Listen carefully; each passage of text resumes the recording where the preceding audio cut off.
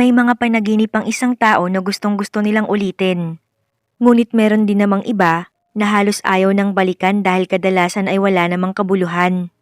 Tandang-tanda ko pa kung kailan ako nagsimulang makapanaginip ng kakaiba. Yes, talagang kakaiba dahil sa panaginip lang ako nakaranas ng isang mind-blowing na sex. Nagugulat na nga lang ako sa sarili dahil para akong bihasa sa mga ginagawa ko. Knowing na wala akong experience sa ganong bagay. O ano Mia, napanaginipan mo na naman yung lalaking pogi? Tapos, nakalimutan mo na naman yung mukha niya ngayong gising ka na? Bungad na pang-aasar agad ni Hilda, pagpasok sa kwarto ng apartment na tinutuloyan namin. Manahimik ka nga Hilda, sinusubukan ko pa ring alalahanin yung mukha niya. Iritabling tugon ko at inirapan siya. Ayan ang sinasabi ko. Paayaw-ayaw ka pang gaga ka. Tignan mo, basang-basa yung panty mo. Hindi ka naman desperadong makatikim ng jumbo hotdog no? Natatawang puna niya.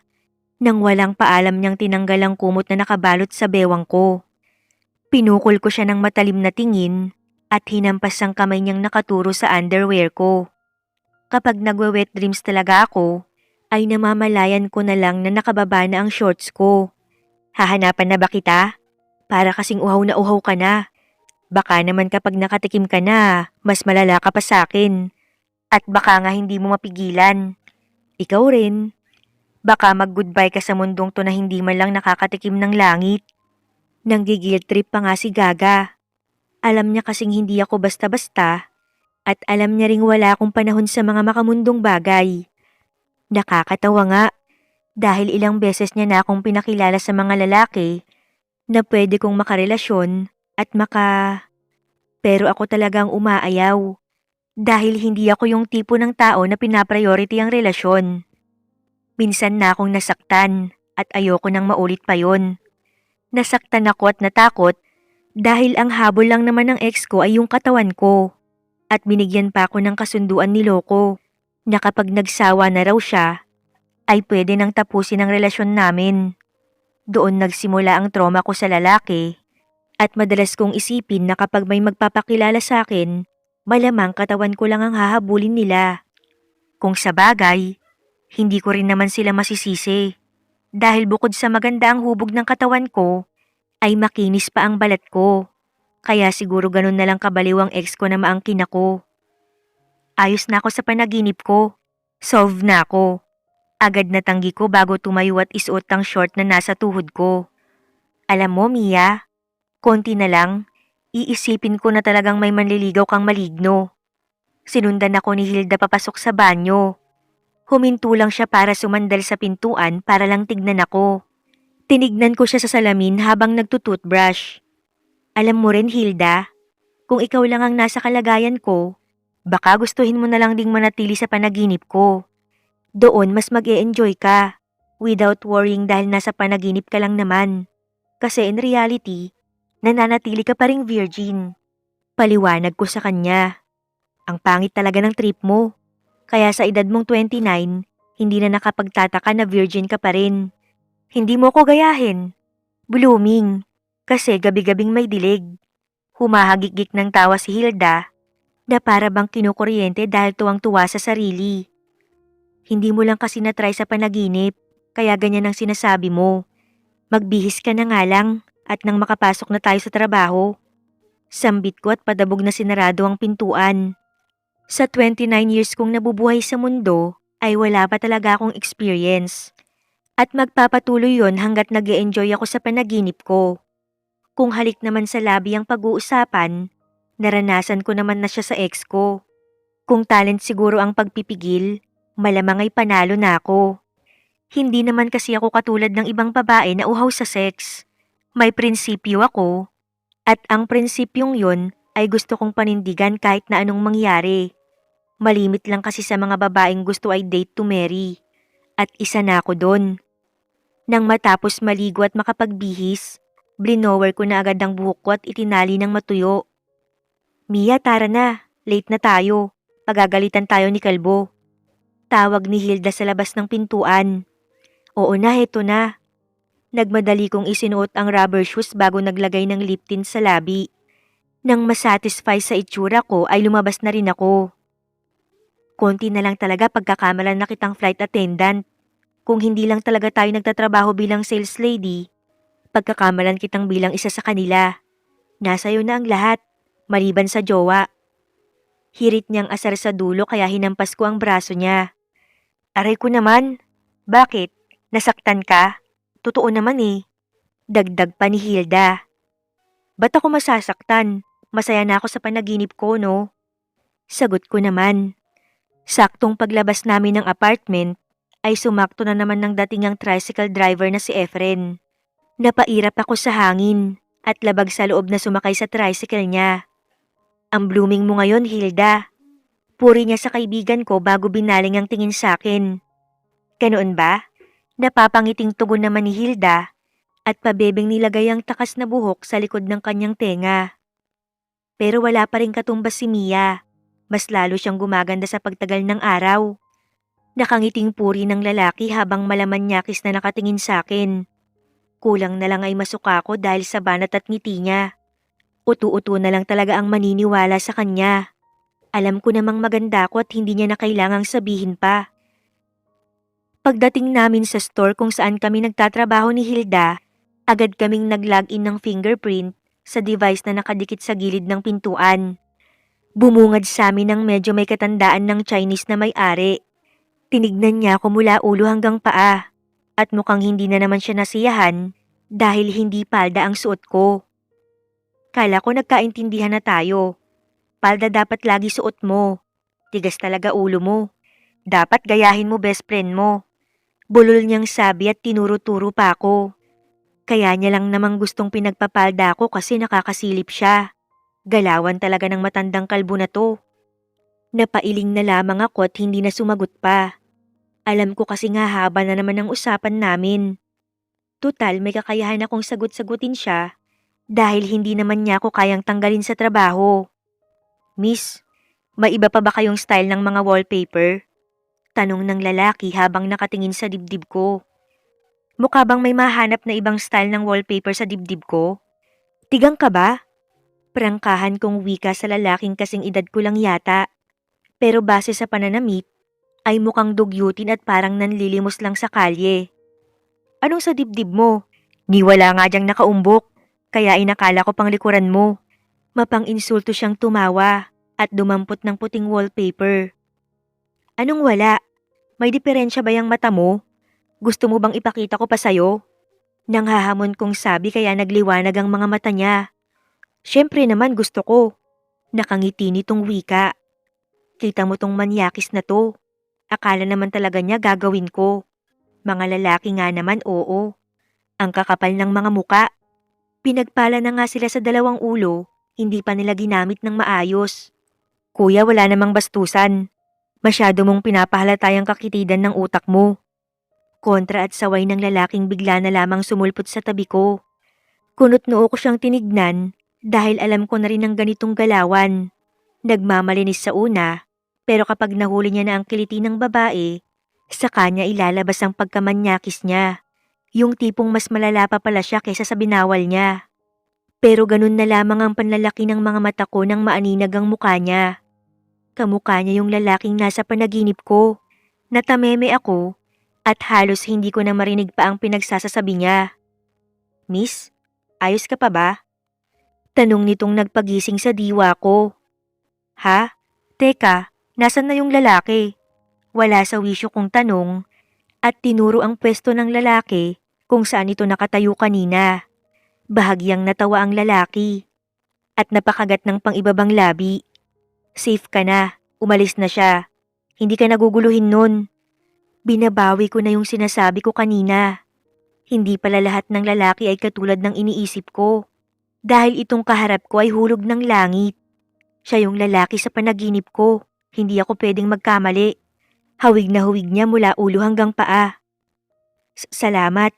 Ano nga palang pangalan mo? Sasagot pa lang sana siya nang may babaeng tumawag sa kanya. Oliver, nandyan ka lang pala. Kanina pa kita hinahanap. Napalingon kami nang lumapit sa aming dalawa yung babae. Kaasar, panira ng moment. I'm Oliver. And this is my girlfriend, Andy. Laglagang pangako nang kumapit na parang linta ang babae sa kanya. Muntik-muntik ko pang ang tusukin ng mata nito nang umirap sa akin. May girlfriend ka? Gulat ko pang tanong na para bang ngayon lang nag-sink in sa utak ko. Oo, hindi ba halata? Maarating sagot ng babae. Sige ate, tutuloy na kami. Nakangiting paalam ni Oliver nang hinila siya ng babae palayo. Nalaglag ang balikat ko nang makaalis ang dalawa. Hindi ko alam kung ma-heartbroken ba ako dahil may girlfriend siya o dahil tinawag niya akong ate. Hanggang sa pag-uwi ay yun lamang ang laman ng utak ko at bukang bibig ko. Oo nga, totoo. Yun yung lalaki sa panaginip ko. His name is Oliver. Kaso nga lang may girlfriend na. Nanghihinayang na wika ko kay Hilda. Ano namang gagawin ko? Sasabihin ko sa yung agawin mo yung lalaki sa girlfriend niya? Agad na nanlaki ang mata ko dahil sa ideyang naisip ni Hilda. Napatayo ako at nagtatalon sa tuwa. Ang ganda ng ideya mo. Pumalakpak ako at tinapik pa ang balikat niya. Paano nga? Ni hindi mo nga alam kung saan nakatira yung tao. Hindi mo rin naman alam yung buong pangalan. At mas lalong hindi natin alam kung babalik pa ba sa store ni Kalbo yun. Wika ng panirang si Hilda. Huwag kang ngang nega, di hihintayin ko hanggang sa makabalik siya. So nasaan yung prinsipyo mo? Wala na. Tinangay na ng hangin. Kerengkeng ka na ba? Well, kung ganon, hindi kita pipigilan. Ipagtutulakan pa kita. Wika ni Hilda, kaya nagtawanan kami. Ilang araw lang ang lumipas at hindi nga ako nagkamali dahil bumalik si Oliver. Nagsuot pa nga ako ng paldang maikli para mas magmukhang kaakit-akit. Once in a blue moon lang mangyayari sa buhay ko to. Kaya much better na sulitin ko na kahit hindi kami ikasal. Gusto ko lang maramdaman at maranasan kung ganon din ba siya kagaling sa realidad kesa sa panaginip ko. Oliver, nakangiti kong sabi nang lapitan ko siya. Ate, ikaw pala. Sambit niya at tinignan ng nakabandera kong hita. Agad niyang inilihis ang tingin at tarantang kumuha ng kung ano sa stall ng mga tornilyo. Ate, mukha ba akong mas matanda sa'yo? Natatawa kong puna at pasimpleng hinampas ang puwetan niya. Halatang nagulat siya sa ginawa ko, pero hindi niya ako pinagbawalan. 20 years old pa lang ako. Tugon niya na ikinalaglag ng pangako. Tama pa bang ituloy ko ang binabalak ko? Mukha rin kasi siyang inosente at parang wala pang karanasan. 29 ko naman. Ate mo nga ako. Napipilang sagot ko. Tumahimik ako bago muling nagsalita. Hindi mo ba kasama yung girlfriend mo? Tanong ko sa kanya. Break na kami. Teka, 29 ka na? Hindi halata. Akala ko kasing edad lang kita. Wika ni Oliver. Bolero. Kung makatawag ka nga ng ate, wagas. Sagot ko naman. Paggalang lang yun. Wika ulit ni Oliver. Break na talaga kayo? Ang bilis naman. Gulat na tanong ko, ngunit sa loob ko ay naghihisterya na ako sa tuwa. Gusto mo bang pumalit? Ngumisi siya ng nakakaloko at hinarap ako. Tignan mo tong batang to. May itinatago rin palang kapilyuhan. Akala ko naman napaka-inosente. Mukhang punong-puno rin pala to ng kalokohan ng utak. Kung pwede naman, walang problema. Nagkibit balikat ako at mas nilapitan ko pa siya. Hinawakan ko ang magkabila niyang balikat at pasimpleng pinagpag. May gusto ka pa bang mangyari? Mapang-akit niyang wika at hinawakan ng bewang ko. Pinisil niya yon kaya bahagya akong napasinghap. Hindi ko na rin tiningnan ng paligid kung may mga customer bang nagdaraanan. Basta nakatingin lang ako sa mga mata niyang may kakaibang alab. Katulad sa lalaking nasa panaginip ko. Tumango ako bilang sagot sa tanong niya dahil hindi ko mahugot ang salita na gusto kong sabihin. Susunduin kita mamaya pag out mo sa trabaho. Doon tayo sa bahay namin. Diretsyong wika ni Oliver. Paano yung parents mo? Mahina akong tanong. Ngayon pa lang ay pinag-iinitan na ako ng katawan. Iba ang epekto ng lalaking to at parang anumang oras ay masusunggaban ko na lang siya kahit nandito kami sa store. Ako lang ang nandun Nasa ibang bansa sila. Sagot ni Oliver sa akin. Pwede bang nahigit ko ang hininga ko nang may maramdaman akong kakaiba sa loob ng blouse ko? Pwede bang ngumisi ang lalaki. Hindi ko akalain na ganito kabilis si Oliver. Napayakap ako sa kanya dahil sa panghihina. Kamay pa lang yun, pero matindi na ang epekto sa akin. What more kung ganun na ang mangyayari sa panaginip ko? Hindi ko na kaya. Mabilis ko siyang hinila papunta sa CR ng store. Inilak ko yun. Wala na akong pake kung may kumatok man o hanapin ako ng boss kong kalbo. Gusto ko lang mapawi ang init na nararamdaman ko. At tingin ko, ito lang ang paraan. Easy ka lang, natatawang pigil ni Oliver. Kung first time mo lang, siguradong mag-e-enjoy ka. Kalma niya sa akin. Para naman akong asong sumunod sa kanyang amo, kaya hinintay ko pa ang kasunod niyang gagawin. Hindi ko na rin inisip ang agwat ng edad namin. Basta ang mahalaga, mapawi ang pagkauhaw ko. Napangiti ako at nagningning ang mga mata dahil ganitong-ganito ang eksena sa panaginip ko. Hindi ko akalaing magkakatotoo. At in fairness, kahit bagets, may maipagmamalaki naman. Sa liit ng CR ay hindi napigil nun ang gusto namin. At kahit ang sakit ay baliwala sa akin dahil natabunan yun ng pagkasabik ko. Wala siyang patawad at talaga namang sulit na sulit niya ako. Napayakap na lamang ako sa matipuno niyang dibdib nang matapos ang mainit na tagpong yun. Humihingal pa kami pareho, pero at the same time ay natutuwa. Susunduin mo pa rin ba ako mamaya? Tanong ko agad nang mabawi ang lakas. Bakit hindi? Kung gusto mo pa ng mas higit pa sa ginawa natin. Ihanda mo lang ang sarili mo dahil pareho tayong mapupuyat. Pil yung wika niya at hinalikan ng pisngi ko. Sino bang nandyan sa loob? Kanina pa yan ah. Kasabay ng boses na nagrereklamo sa labas ay ang pagkatok nito ng marahas sa pintuan. Umirap ako sa kawalan at imbis na makaramdam ng hiya na mahuhuli kami sa akto, ay nabitin pa ako at nagustuhan pang humirit. Inayos ko muna ang sarili at pinunasan ng namuong pawis sa noo, bago tuluyang binuksan ang pintuan.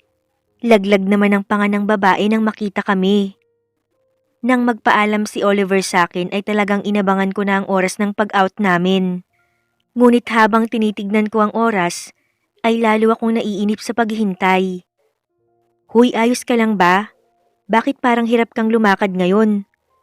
Ayos ka lang naman kanina. Puna ni Hilda sa akin. Napangiti naman ako habang nagtataas baba ang kilay dahil sa tuwa. Nakascore sa akin si Oliver. Bulong ko na nagpasigaw sa kanya. Malandi ka, saan niyo ginawa? Nanlalaki ang matang tanong ni Hilda. Sa CR, natatawang bulong ko pa. Kita mo, mas matindi ka pa pala sa akin. Aayaw-ayaw ka pa, sa bagets ka lang din naman pala mapupunta. Kung alam ko lang na ganyan ang tipo mo, edi sana hinanapan kita. Nakangiti ko lang siyang inirapan at hindi na nakipagtalo pa. At nang sa wakas ay dumating na ang oras ng out namin, agad akong lumabas ng store. Nauna pa nga ako kaysa sa boss namin, na siyang kinainit na naman ng ulo niya. Tumupad nga si Oliver sa usapan, dahil paglabas ko lang din, ay nakaabang na siya sa akin. Sumunod sa akin si Hilda at tinusok ako sa tagiliran. May part 2 pa pala, matindi ka bes, tumatawang aniya. Hindi na kita hihintayin mamaya. Enjoy! Pangaalas ka ni Hilda bago sumakay sa tricycle na pinara niya. Habang ako naman ay umangkas sa motor ni Oliver. Pagdating namin sa bahay nila, napansin ko ngang walang ibang tao maliban sa amin. Tahimik lang din pero alam kong maya-maya lang ay iingay na dahil sa gagawin namin. Pwede bang makaligo muna? Tanong ko nang pumasok kami sa isang kwarto. Sure, go ahead. Hihintayin kita rito. Maghahanda lang ako ng pwede nating inumin. Sagot naman ni Oliver. Kaya naman nang pumasok ako sa banyo ay nagsimula na akong linisan ng katawan ko. Pakanta-kanta pa nga ako habang iniisip ang mga mangyayari ngayon. Hindi ko mapigilang ma-excite at kabahan sa mga gagawin ni Oliver. Dahil kanina nga lang sa CR ng store, ay sobrang tindi ng ginawa niya. Dito pa kaya sa kwarto na solo namin? Nang matapos maligo, kinuha ko ang tuwalya na nakasabit at binalot ko sa sarili. Paglabas ko sa pintuan ay nakaabang na siya at nakahanda na rin ang mga inumin namin sa maliit na mesa. Pampagana, mukhang mapapalaban mamaya eh. Nakangiti niyang imporma at tinapik ang tabi niya. Sinisenyasan ako na maupo dun. Sumunod naman ako habang may kakaiba ring ngiti sa labi. Wala pa mang nangyayari, ay ginaganahan na ako at pinag-iinitan. Nakatatlong bote ng alak lang kami ni Oliver nang agad niya akong sunggaban. Mainit at masarap sa pakiramdam, kaya naman agad akong bumigay. Nang gabing yon ay sulit na sulit talaga ako. Wala siyang oras na pinalampas at talaga namang nakailang round pa kami. Wala yata sa bokabularyo ng bagets na to ang salitang pagod. Hanggang naririnig niya ang mahinhin kong ingay, ay sige pa rin siya ng sige. Saka lang yata niya ako pinagpahinga ng mag-alas 4 na ng madaling araw. Para pa akong binugbog dahil sa sakit ng ulo at katawan. Huwag ka nang pumasok ngayon, dumito ka na lang muna. Hiling ni Oliver nang akmang babangon na sana ako para umuwi. Niyakap niya ako ng mahigpit at ibinaon ng kanyang muka sa dibdib ko. Dahil sa ginawa niya, lumabas ang ingay sa bibig ko na siyang naging dahilan ng pag-iinit na naman ng katawan ko. Maawa ka naman sa akin, Oliver. Hindi pa nga ako nakakabawi ng lakas. Heto ka na naman at tinutokso ako. Natatawa kong hinampas ang kamay niya na alam kong kung saan na naman mapupunta. At dahil naging mainit na naman ang eksena sa pagitan namin, ay muli na naman akong bumigay sa pasundot-sundot niya.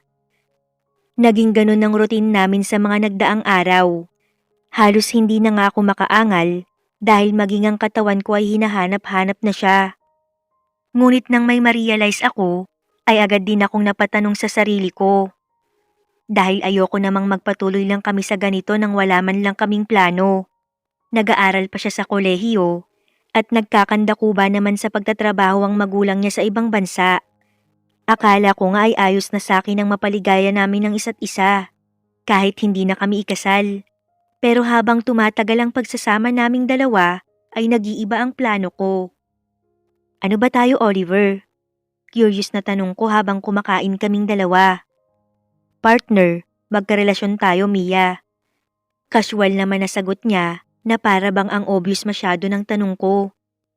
Nasa plano mo bang maikasal tayo? Diretsahan kong tanong. At kahit kumakabog sa kaba at takot ng puso ko, ay tinitigan ko pa rin siya sa mga mata. Wala pa sa plano ko, Mia, dahil nag-aaral pa lang naman ako. Makikita natin kapag nakagraduate na ako. Bumagsak ang balikat ko ngunit hindi ako nagpalatang nasaktan. Paano kung buntis ako? Pinigilan ko ang sariling huwag maiyak sa harap niya. Hindi pa ako handa para sa ganyan, Mia. Ayos na muna sa akin tong ginagawa natin. Pilit kong nilunok ang nakaharang sa lalamunan ko dahil kapag hindi ko yon ginawa ay maiiyak na lamang ako. At dahil sa komprontasyon na yon, ay hindi ko na muli pang kinausap si Oliver. Nilayo ko rin ang sarili ko at hinayaan muna siyang makapagtapos ng pag-aaral. Mia, nilalayuan mo ba ako dahil sa mga sinabi ko? Huwag namang ganito oh, hindi ako sanay. Sinalubong ako ni Oliver sa labas ng store matapos ang trabaho ko. Nakikiusap ang mga mata niya at animoy ilang araw nang walang maayos na tulog. Hindi ka sanay dahil wala ka na paglalabasan niyang kalokohan mo. Lumakad ako palayo ngunit pinigilan niya ang kamay ko. Ano ba? Tapos na tayo, ano pa bang gusto mo? Bulyaw ko sa sobrang inis. Mahal kita, Mia. Huwag ka namang ganyan. Kung kaya mo kong hintayin pag-graduate ko, pakakasalan kita. Desperadong wika ni Oliver. Yon ang mga salitang binitawan niya na lihim kong pinanghawakan. At araw-araw akong umasa na sana hindi magbago ang isip niya. Bata pa siya at pwedeng-pwede lang siyang makahanap ng kasing edad niya. 2 taon na ang lumipas, Mia. Umaasa ka pa rin ba? May asawa na ako't lahat, naghihintay ka pa rin sa kanya. Ani Hilda nang bisitahin niya ako sa apartment na tinutuluyan ko. Dahil nga nakapag-asawa na siya, ay hindi na kami magkasama. Umalis na rin siya sa trabaho namin dahil sa kagustuhan ng asawa niya.